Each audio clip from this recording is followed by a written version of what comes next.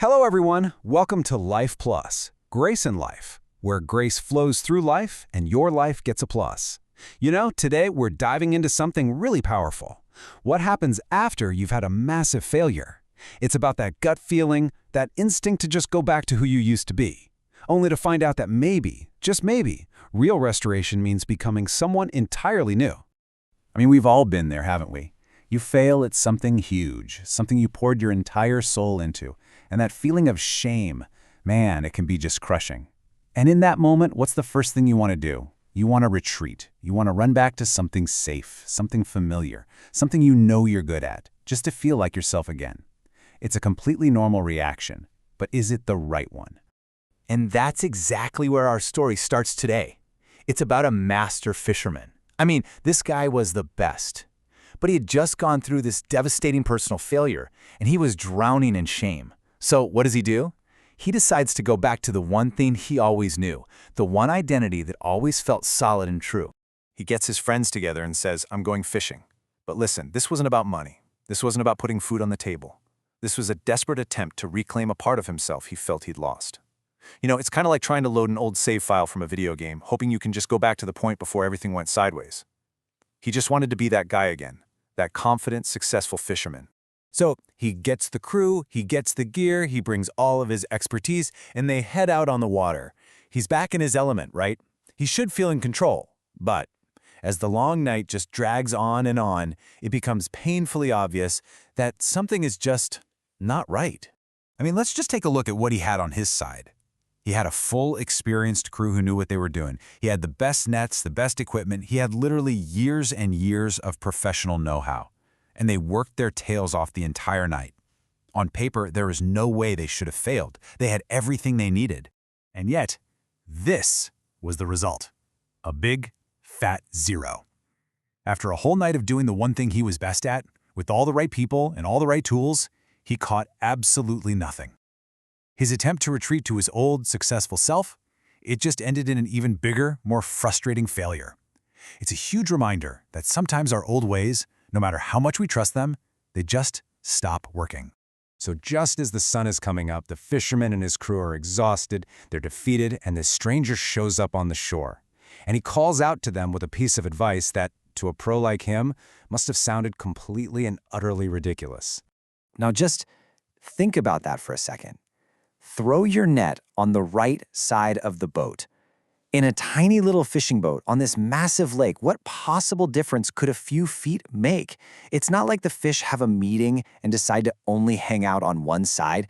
This was not a logical fishing tip. This was something else entirely. And this is where we see what was really happening. See, it wasn't about where the fish were. It was a test. It was a test to see if this expert, this master fisherman, after a long night of his own expertise completely failing him, was willing to humble himself and just trust a new direction, even when it made absolutely zero logical sense. And in that one moment, that single act of choosing to trust over his own understanding, everything changed. Bam!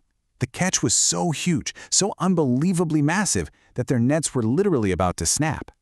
Success didn't come from his skill, did it? It came from his obedience. But here's the thing. This miracle catch wasn't the end of the story. Oh no, it was just the beginning of the real lesson.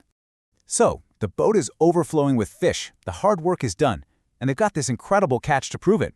You'd think, okay, story's over, happy ending. But that external success, that was just the setup, the real test, the internal challenge, that was about to begin. So after they get to shore, they cook up some breakfast right there on the beach, and the stranger looks this fisherman right in the eye and asks this incredibly personal question. He doesn't ask, "Hey, how'd you catch all those fish?" He asks, "Do you love me?" It just cuts right through everything else, straight to the heart of it all. And he doesn't just ask once, he asks him 3 times. Now, it's easy to look at that and think this was some kind of punishment, right? Making him pay for his past failures. But the story is pointing to a much deeper lesson. This isn't about penance. It's about showing that real commitment isn't a one-and-done declaration. It's an ongoing choice, day after day. Think about it. Saying yes once is pretty easy, especially right after a huge win like a net-breaking catch of fish. But can you say yes a second time, after the initial excitement has worn off and things are just normal? And what about that third time? Can you still say yes when you're tired, when it's hard, and when you feel like you've already proven yourself? That's where true commitment is forged, in all the different seasons of our lives. And all of this brings us to the core message, the big takeaway of this entire story. The fisherman went out on that water trying to restore an old version of himself, the master fisherman, but he came back with something completely different and infinitely better. This, right here, is the central idea. This is what it's all about. True restoration isn't about going backward. It's not about loading that old save file. It's about advancing forward into a brand new purpose, a new vision for your life that is so much bigger and more meaningful than the one you were trying so hard to get back to. So what was this new vision? Well, the stranger didn't say, "Awesome, now go be an even better fisherman." No. Instead, he gave him a totally new mission, one that used all his past experiences but completely transcended his old identity.